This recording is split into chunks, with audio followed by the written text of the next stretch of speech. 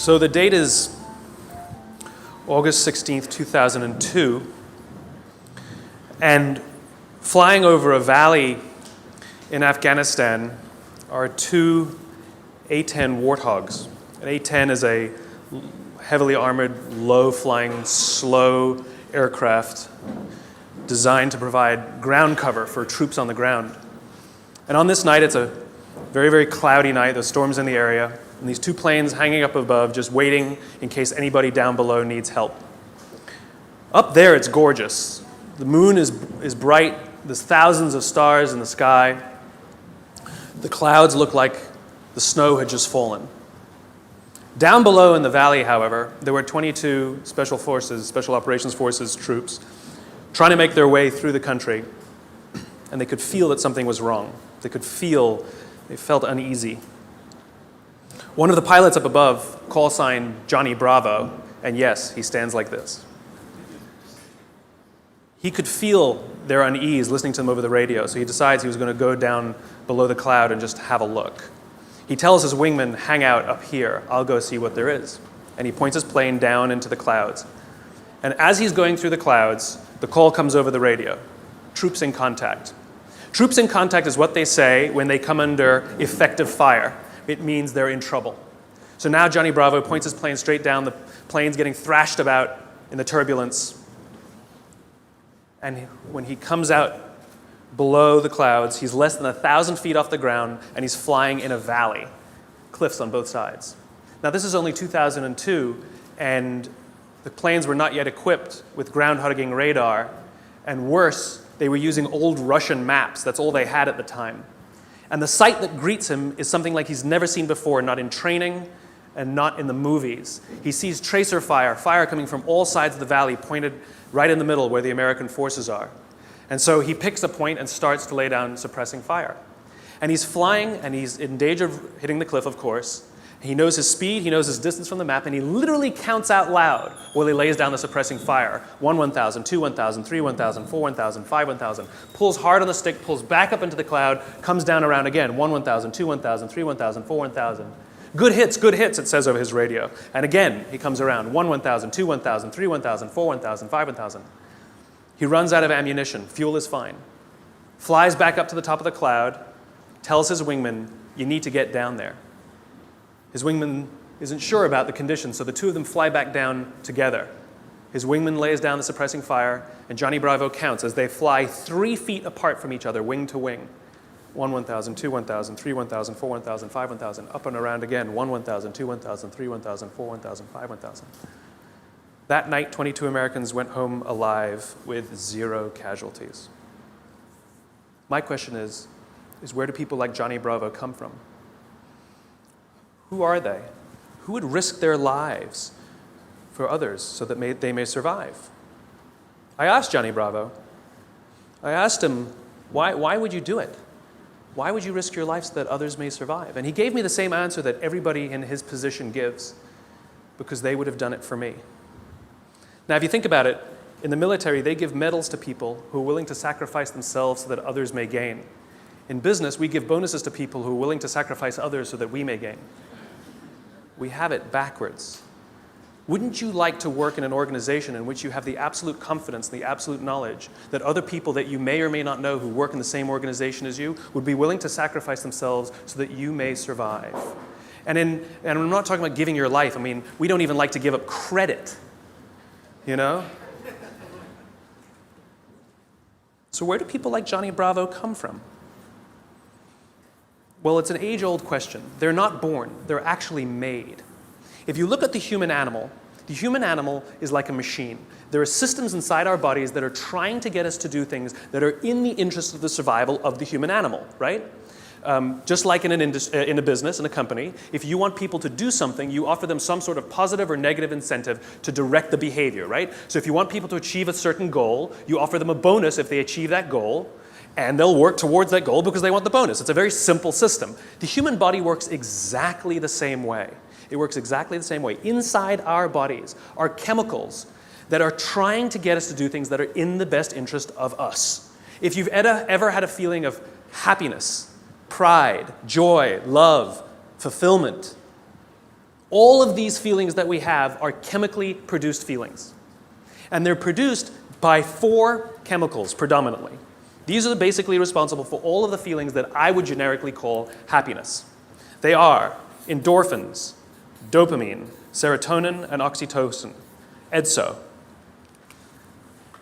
These 2 chemicals, endorphins and dopamine, I like to call these the selfish chemicals because you don't really need anybody's help to get them, right? Let me tell you a little bit about what they are. Endorphins. Endorphins are designed to do one thing and one thing only: mask physical pain. That's it. That's what they do. If you're a runner, if you've ever gone and done heavy exercise, you've heard of an endorphin rush or a runner's high. Basically what's happening is when that runner's out there pushing their bodies harder than they've ever pushed before, they feel good. And when they're done with their run, they feel fantastic. And then an hour later, they're in pain for damage they caused their muscles an hour before, right? This is what endorphins are designed to do. They're designed to mask physical pain. The caveman reason for this stuff, because this stuff was all from 50,000 years ago, understand, Homo sapien existed at the same time as other hominid species, and yet we survived and they didn't. What is it about this species that's so good at survival and thriving? Look at the world we've built. It's not just that we're smart. We're certainly not the strongest and we're certainly not the smartest. It's that we're social animals. We have to do things together. We have to look after each other, and we have to work together to ensure that we survive, that we do well. This is how we're designed, right? These chemicals are trying to make that happen. So in these caveman times, 50,000 years ago, Paleolithic era, we had to eat. We're not the strongest, we're not the fastest. But there's one thing that the human animal is made for: endurance. We could track an animal for hours and hours and hours and miles and miles and miles. And if we were tired, we'd keep going. And if we got injured or we had to bring the food back to the cave, we'd continue to do it.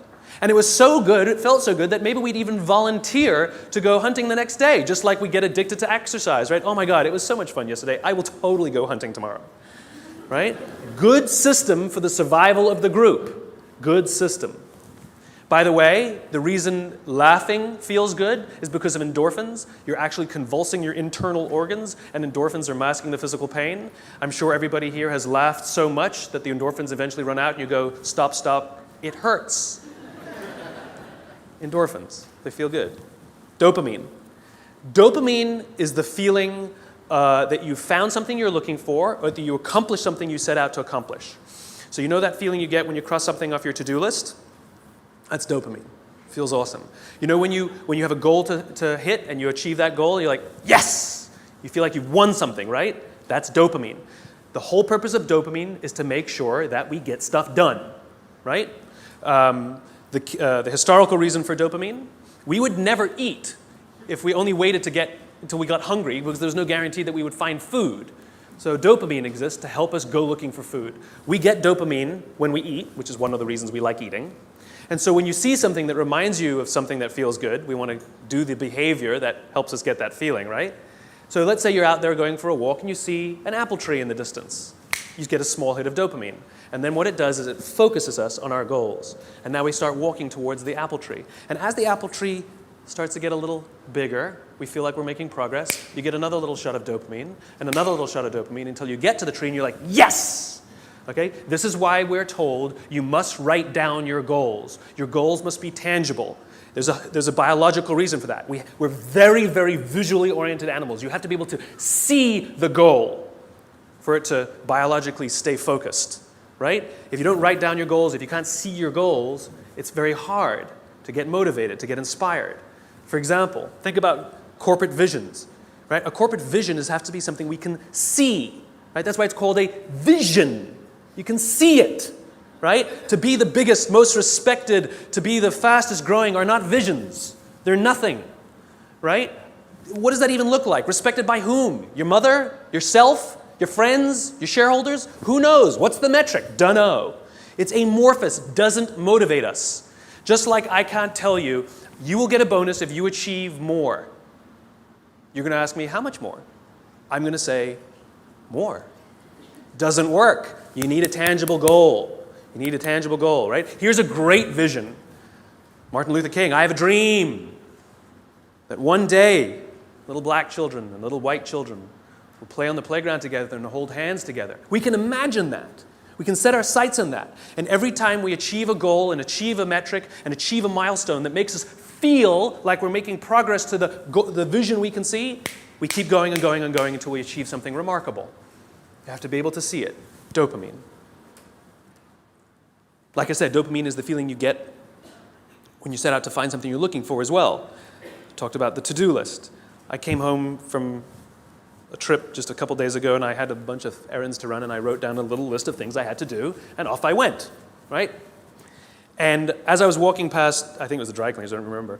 I was walking past something, I remembered, I have to do that, and I hadn't written down on my to-do list. So I went in and finished what I needed to do, and then when I came out, I then wrote it on my to-do list and then crossed it out. Because I wanted the dopamine. Feels good. Dopamine comes with a warning. Dopamine is highly, highly, highly addictive.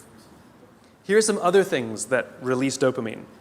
Alcohol, nicotine, gambling, your cell phone. Oh, you think I'm joking? Okay, we've all been told that, if you wake up in the morning and you crave a drink, you might be an alcoholic. Well, if you wake up in the morning, the first thing you do is check your phone before you even get out of bed, you might be an addict.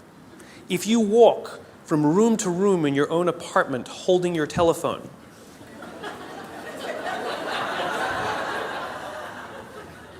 you might be an addict. When you're driving in your car and you get a text and your phone goes beep. We hate email, true. We love the beep, the buzz, the ding. Oh. Right? You'll be there in 10 minutes, and yet you have to look at it right now.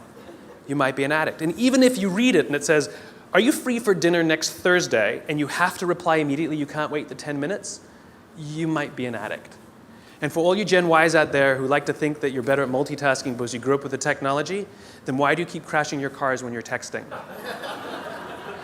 You're not better at multitasking, you're better at getting distracted. In fact, if you look at the statistics, ADD and ADHD have, diagnoses of ADD and ADHD have risen 66% in the past 10 years. Okay, ADD and ADHD is a frontal lobe disorder, right? Are you telling me out of nowhere 66% of our youth have a frontal lobe problem? Where did that come from? No, it's a misdiagnosis, right? What are the symptoms of a dopamine addiction to technology? Distractibility, inability to get things done, easily distracted, shortness of attention. It's all the same thing, so we misdiagnose things. It's the addictive quality of dopamine. We can also get addicted to performance in our companies when all they do is give us numbers to hit, numbers to hit, numbers to hit, and a bonus you get, and a bonus you get, and a bonus you get. All they're doing is feeding us with dopamine, and we can't help ourselves. All we do is want more, more, more. It's no surprise that the banks destroyed the economy, because one of the things we know about dopamine addict is they will do anything to get another hit, sometimes at the sacrifice of their own resources and their relationships. Ask any alcoholic, gambling addict, or drug addict. Ask them how their relationships are doing and if they've squandered any of their resources. It's an addiction. Dopamine is dangerous if it is unbalanced. It is hugely helpful when in a comfortable and balanced system, but when unbalanced, it's dangerous and it's destructive. You don't need anybody's help to get these. Go for a run, achieve your goals, you'll get dopamine. You'll get endorphins. But you won't have any feeling of fulfillment or love or trust. That's where these come in. These are attempting to manage these. This is what makes our society great. This is where people like Johnny Bravo come from. It's because of these two chemicals that leaders really fulfill their great responsibility. Outside in the world is danger at all times for various reasons. In caveman times, that danger may have been, a saber-toothed tiger. It may have been the weather. It may have been a lack of resources. It may have been, who knows, any number of things. Things that with no conscience are trying to kill you. They want to end your life. And so how do we survive? We work together. And together, we come together in our groups, in our companies, in our tribes, to feel like we belong, to be around people who believe what we believe, so that we may feel safe. When we're surrounded by people who have our best interests in mind and we feel safe, we will organize ourselves and cooperate to face the dangers externally. Don't forget, the outside dangers are a constant. In a modern world, the outside dangers may be your competition that's trying to put you out of business, or at least steal your business. It might be the ebbs and flows of the economy. It might be terrorism. All of these unknowns, all trying to put you out of business, take away your job, take away your livelihood, end it for you. Nothing personal. It's a constant. Inside our organizations, the dangers we face are not a constant. They are a variable. And they are the decisions of leadership as to how safe they make us feel when we go to work. This is the job of leaders. Aesop said it better than I can. There's an Aesop fable about 4 oxen that stand tail to tail. And whenever the lion tries to eat them, no matter what angle from which he attacks, he will always be met with horns. However, due to infighting and disagreements, they separate and they go and graze in different parts of the field. And one by one, the lion picks them off and kills them all. When we stand together, we can more easily face the dangers outside. When we break up inside our companies, if our leaders don't allow us a space to feel safe inside our own companies, to feel like we belong, then we're forced to exert our own energy to protect ourselves from each other. And, by the way, expose ourselves to greater danger from the outside. If you have to worry about politics, if you have to worry about someone stealing your credit, if you have to worry about your boss not having your back, think about the energy you invest, not in your business, not in the products you're trying to develop, not in your work, not in how great you're producing, not in your creativity, but in just keeping yourself feeling safe. This is destructive. The responsibility of leadership is 2 things. 1, to determine who gets in and who doesn't get in. This is what it means to start with why. What are our values? What are our beliefs? Who can we allow in? Second thing is to decide how big this is.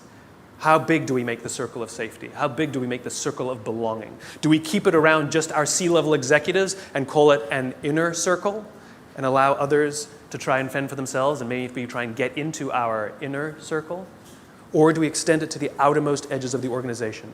Great leaders extend the circle of safety, the circle of belonging, out to the outermost edges. So the most junior person feels like they belong, feels safe, feels like they have top cover from somebody like Johnny Bravo. That's what these other 2 chemicals are trying to do. Serotonin is the leadership chemical, is responsible for feelings of pride and status. This is why public recognition is very important. We are social animals, and we need the recognition of others. This is why we have the Oscars, and this is why we have public awards events. This is why we have commencement for graduation. I mean, think about it. What does it really take to get to graduate college? You need to pay your bills, fulfill the minimum requirements, and collect enough credits. That's it, right? It's a formula. You could get an email that says, congratulations, you fulfilled all the requirements for graduation. Enclosed, please print out the PDF of your diploma. P.S. magna cum laude, right? Wouldn't feel so good, right?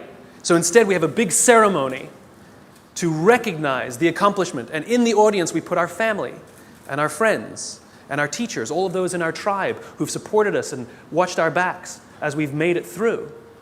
And then we show up on that day, and we go up on that stage, and we take our diploma. It feels great. We feel our status rise. We feel our pride go up. And by the way, when you have serotonin in your veins, your confidence goes up also. And here's the best part about serotonin. At the exact moment that you took your diploma and you felt that surge of serotonin go through your body, at the exact moment, your parents sitting in the audience also got a surge of serotonin and also felt an intense pride watching you graduate. And this is what serotonin is trying to do. It is trying to reinforce the relationship between parent and child, boss and employee, coach and player, the caregiver and the one who is grateful for the support they are given. And think about it. Think of the speeches that we give. If you give an award to somebody, what do they say? I couldn't have done it. I thank God. I thank my parents. I thank my coach. We thank the person who we believe was looking out for us. We could not have done this without them, we say. And they look at us and they say, so proud of you. And we work to make them proud. Great teams don't want to win the trophy. Great teams want to win one for the coach. They want to make the coach proud. We want to make our parents proud. And it raises our status, and it raises our confidence, and it feels good, and we in turn will look after others so that they may accomplish the same. This is what serotonin is trying desperately to do. The problem is you can trick serotonin. We live in a materialist society, so we judge status very often in our country based on how much money you make, right? So any conspicuous display of wealth raises your status. This is why they put the logos on the outside. No good on the inside, nobody can see them.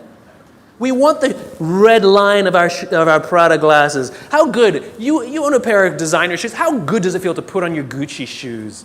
Oh my God, it feels so good. You walk out and you feel $1 million. You can actually feel your confidence rise when you put on the stuff, right? Because it's showing this display of status. It feels great. The problem is there was no real relationship that was reinforced because of it. You tricked the system. That's why we keep trying to accomplish things and accumulate more and more material goods, and yet we never feel successful because there was no relationship. We tricked it. We gamed it. Serotonin is the leadership chemical. The reason I call it the leadership chemical is a historical reason, a very simple historical reason. We had a very practical problem as our animal was developing, as the Homo sapien was developing. We lived in communities of about 100 and 150 people. And there's a very practical issue, which is if we're hungry and somebody brings back food and drop a carcass on the floor, we're all going to rush in to eat. And if you're lucky enough to be built like a linebacker, you will elbow your way to the front. And if you're the artistic one of the family, you get the elbow in the face. Not a good system to keep the whole tribe alive, and definitely not a good system for cooperation. Because remember, the value of group living means that if I trust you and you trust me, I can fall asleep at night and trust that you will alert me to danger. If I don't trust you, I can't go to sleep at night. It's the same in our companies. If we trust each other, we will turn our backs, we will take risks, we will innovate, we will do things that will change the course of our world. If I don't trust you, I can't do that. I can't do that. There's value in group living and group working. And so if you got an elbow in the face that afternoon, odds are very high that you're not going to wake the guy who punched you if danger's there. You're just not going to do it. Bad system. And so we evolved into hierarchical animals. We're constantly assessing and judging each other, constantly arranging ourselves. Who's the alpha? Who's the dominant? Who's the one who sort of is the more dominant personality or dominant talent in the room? In caveman times, it might have been physical muscle. In a creative industry, it might be talent. In the military, it might be courage. There's no standard by which we judge alphas. It's relative to the industries we're in. And it's relative to us as well. If you've ever met someone and you were nervous while you were meeting them, you're not the alpha. We've all had the experience where we're meeting somebody and we can sense that they're nervous meeting us. You're the alpha. I'll tell you a little aside that's kind of funny. You know when women all live together, their menstrual cycles align, right? Assuming they're not on the pill, then it doesn't work, right? But if they're not on the pill, all the menstrual cycles go together on the same schedule. It's not arbitrary. They always align with the alpha female's schedule. And the reason is because when a woman is in her menstrual cycle, she can't bear children. And so in evolutionary terms, you want the alpha male and the alpha female to do it so you can have alpha children, right? Nice, strong, strapping kids are going to survive. But if she's off the market, that produces competition. So Mother Nature has created a very clever way that when she's off the market, everyone's off the market.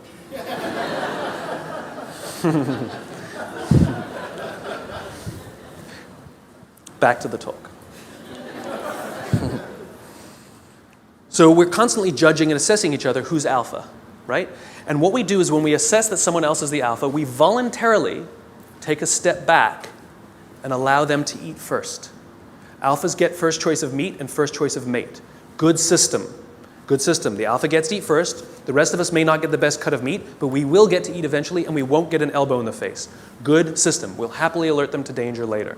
Good system. This is why we're constantly trying to raise our status, is because there are benefits to being the alpha. People will do things for us and step back and offer us favors, right? We to this day, we're perfectly comfortable giving special treatment to our alphas. No one has a problem that your boss makes more money than you. You might think he's an ass, but you don't have a problem that he makes more money. Nobody has a problem that somebody who outranks us at work has a bigger office than us.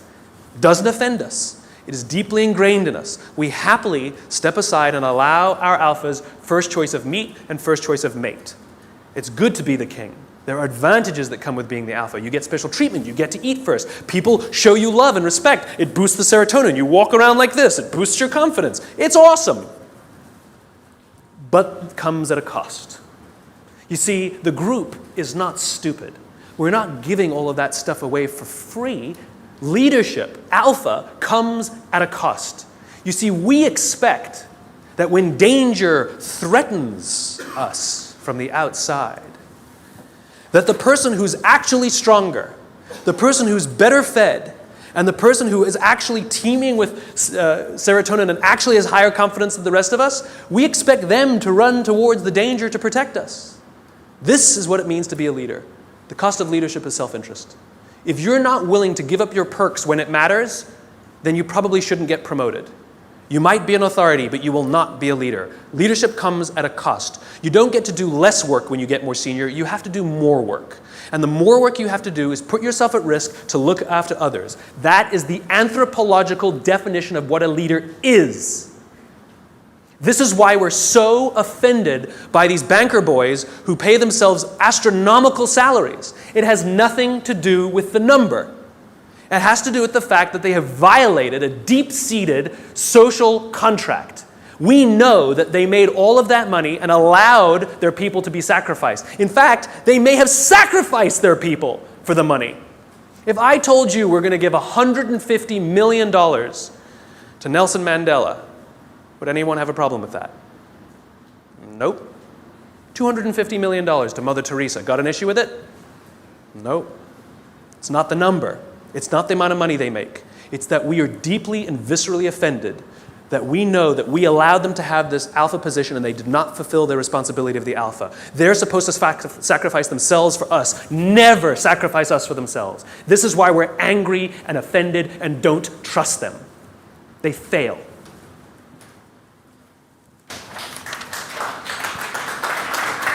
Oh, there's more.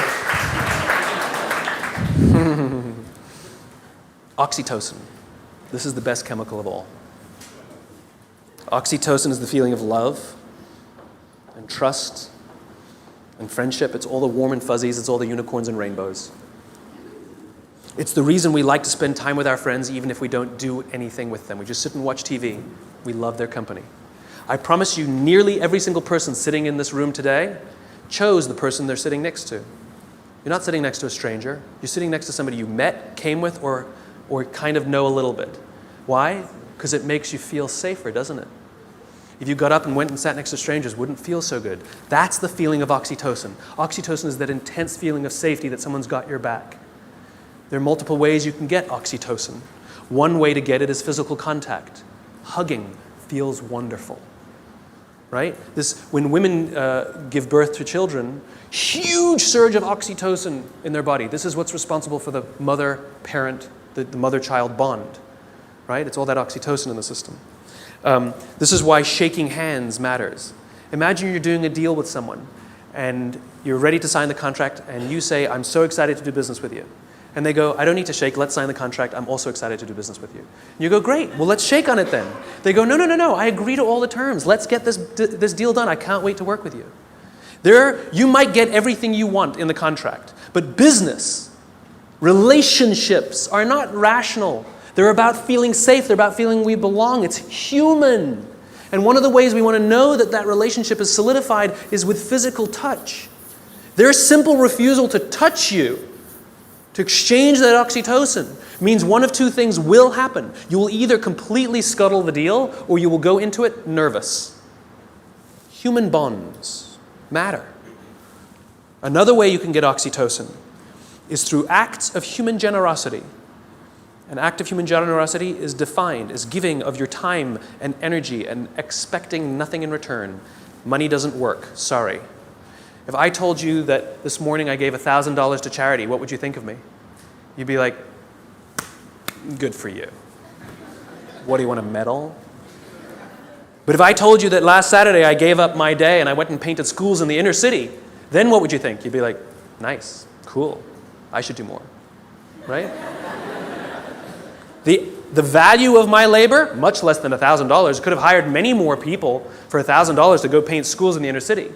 But you see, as human beings, we put a premium on time because it is an equal commodity and it is a non-redeemable commodity. You spend money, you make money. You spend time, you'll never get it back. Some of you are sitting in this room right now saying, I will never get this time back. I got nothing for you. So we put a premium on people who give us their time and energy.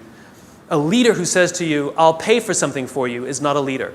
A leader who comes and sits down next to you and says, how can I help you, is a leader. I was talking to some oil executives, and they were trying to convince me that they really care about how fulfilled and how happy their employees are at work, to which I said, no, you don't. And they said, no, we do. And I said, no, you don't.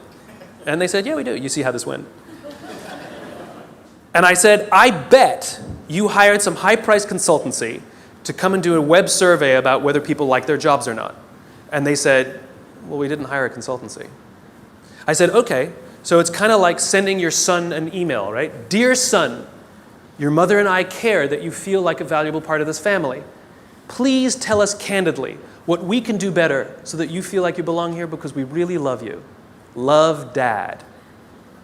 Or you go into his room, you sit on his bed, and you say, hey, son, your mom and I really care that you feel like a valuable member of this family. Please tell us candidly what we can do better because we want you to feel like you belong and we really love you.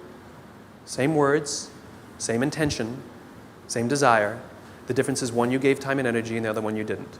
This is the problem with email. It's too easy. It's too easy. There's no time and energy expended. It's too easy. Don't feel anything. If I come to your house for dinner and you make me a lovely dinner, the next day I send you a very nice thank you email, what a wonderful host you are. Or 3 days later, you receive a handwritten note from me with the exact same words that were written in the email.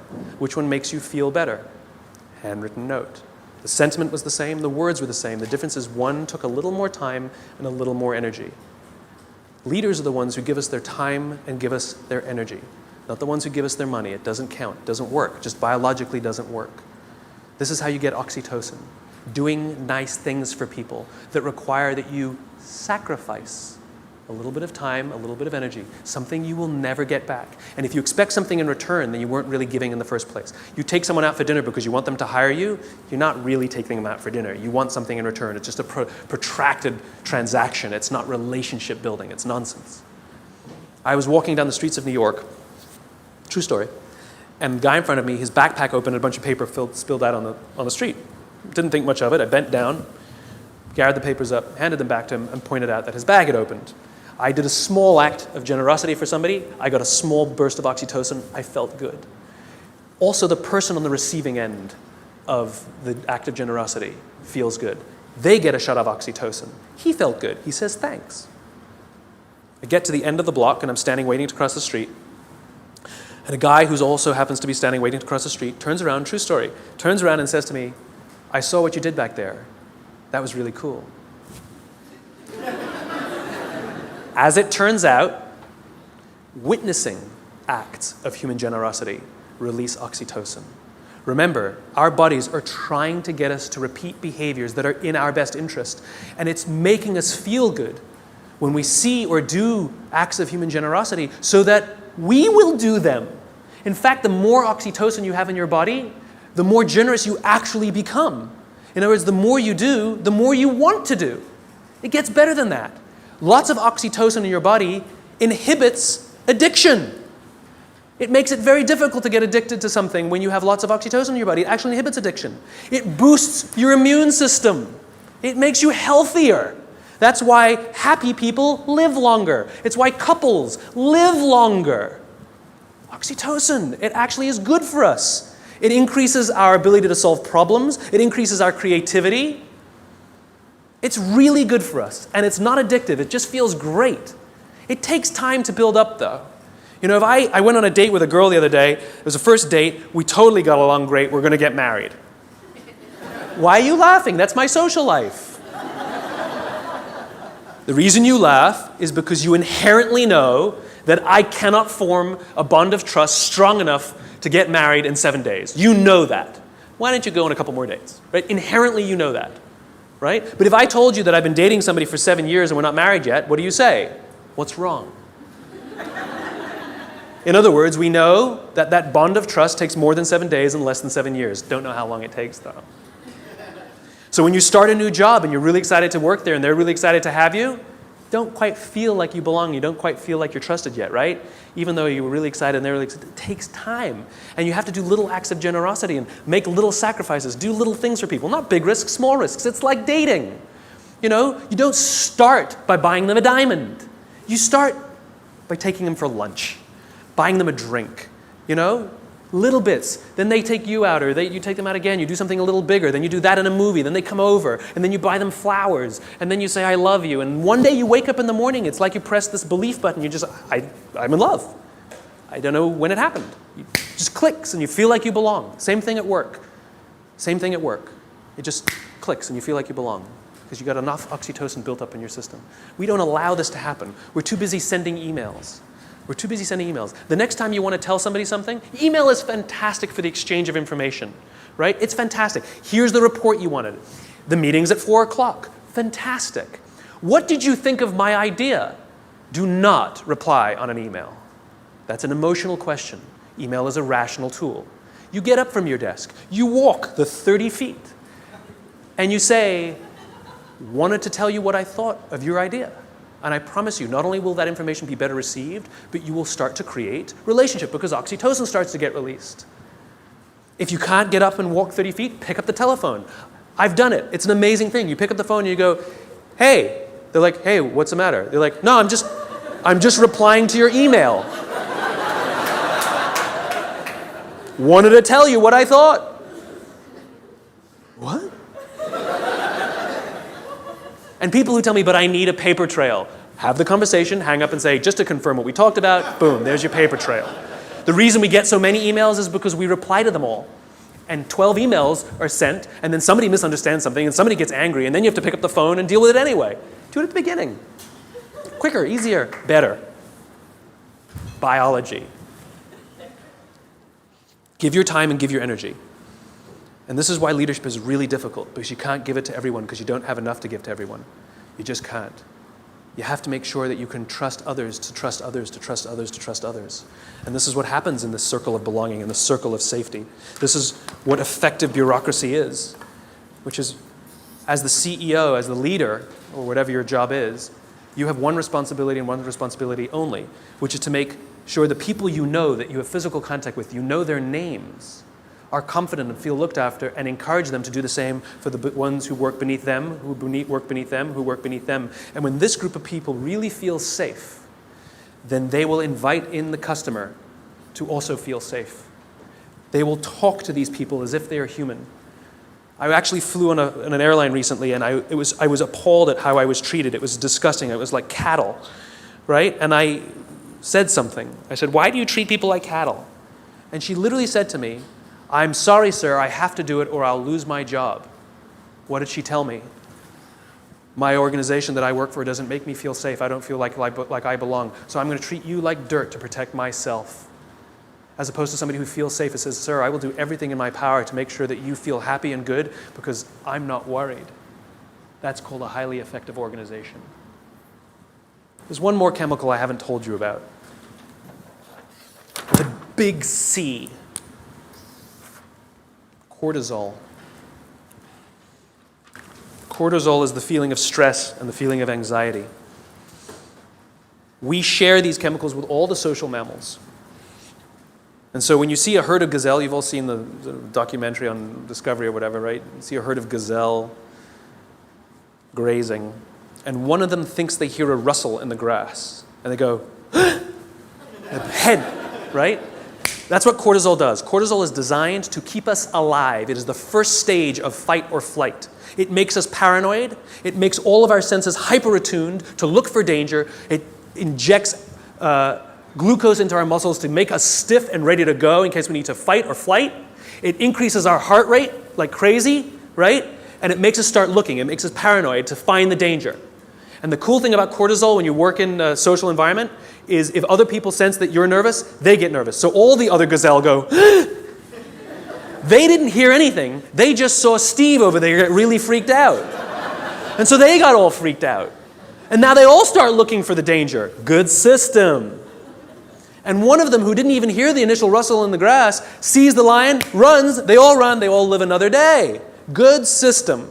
So that when we go to work and somebody says, I think there's going to be layoffs, all of us are like, what do you mean? Wait, we're all paranoid now. We're all freaked. I shouldn't have talked in that meeting. We start to get crazy. We start to get paranoid. Our hearts start to race. That's what cortisol does. It's trying to keep us alive. You wake up in the middle of the night, you hear a bump in the middle of the night. What's the first thing you do? You wake the person next to you. And then what do? They go, And if there's nothing there, you go and trust your eyes, right? You go looking for it. We're visual animals, right? If there's nothing there, you go like this. Cortisol leaves our body, and we relax, and our heart rate goes back down.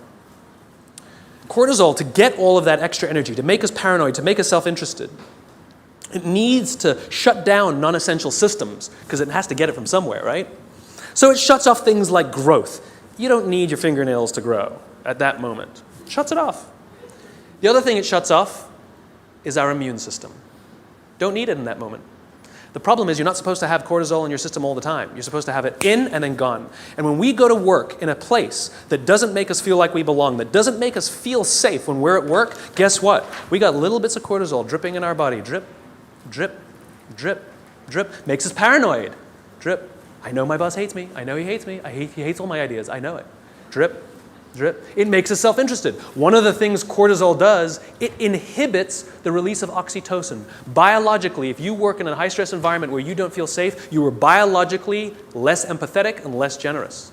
We don't care about each other because we're too busy trying to protect ourselves. Drip, drip, drip. Our immune systems are now compromised. Drip, drip, drip. We live in a country with some of the best medical education in the world, some of the best medical systems in the world, some of the best doctors in the world, some of the best hospitals in the world, some of the best medicines in the world. Please explain to me why diabetes is on the rise, heart disease is on the rise, some cancers are on the rise. It ain't partially hydrogenated oils. Our jobs are killing us. And the people who are responsible are the leaders. And we also know that parents who come home stressed out, their kids learn that this is what work is. That work is something that makes you short-tempered and unhappy. And so they expect it as they grow older. Worse, we know that parents who come home upset and angry, it has such a negative impact on their children that there's some studies that show that they might actually become bullies because of their unhappy parents who hate their jobs and have excessive amounts of stress. Our companies are literally killing us. So what are you going to do about it? What are you going to do about it? Leadership is not a rank. Leadership is not a position. Leadership is a decision. Leadership is a choice. It has nothing to do with your position in the organization. If you decide to look after the person to the left of you and look after the person to the right of you, you have become a leader. You've seen the movie 300, right? The Spartans, the greatest fighting force of all time. You want to know one of the things that made the Spartans great? Wasn't their muscles, wasn't their spears. It was their shields. They stood shield to shield, and the phalanx was strong because those shields were big. And they were told when they were young children, you either bring your shield home or you come home on your shield. The punishment for losing your shield was tremendous in battle. Because if you lost your shield, that means you cannot protect the person to the left of you and the person to the right of you, and you have destroyed the phalanx. It's the shield that matters, not the spear. Not the spear. It's your willingness to sacrifice yourself, not your life, maybe your credit, maybe your little time, maybe a little energy, maybe your time, maybe getting up from your desk and talking to somebody for 30 minutes instead of sending a 3-minute email. It's your willingness to sacrifice for someone, to hold that shield up so that they feel safe, that makes you a leader. And you want to know how you beat a dopamine addiction? If you're worried that you're addicted to performance and all those dopamine things, Alcoholics Anonymous has been highly effective for decades, 80-something years. We all know the first step of the 12 steps. We joke about it, right? Admit you have a problem. Do you know the 12th step? Don't say, it's supposed to be anonymous. I'll tell you what the 12th step is. Alcoholics Anonymous knows that if you master all 11 steps, but not the 12th, you will drink again. If you master the 12th step, you will beat the disease. What's the 12th step? The 12th step is the commitment to help another alcoholic. Service. Service to another. Oxytocin wins. Serotonin wins. The more we look after each other, the safer we feel, the more we feel like we belong, and the more we will work together to confront the dangers outside. Do this for others, and others will become Johnny Bravo. Thanks very much.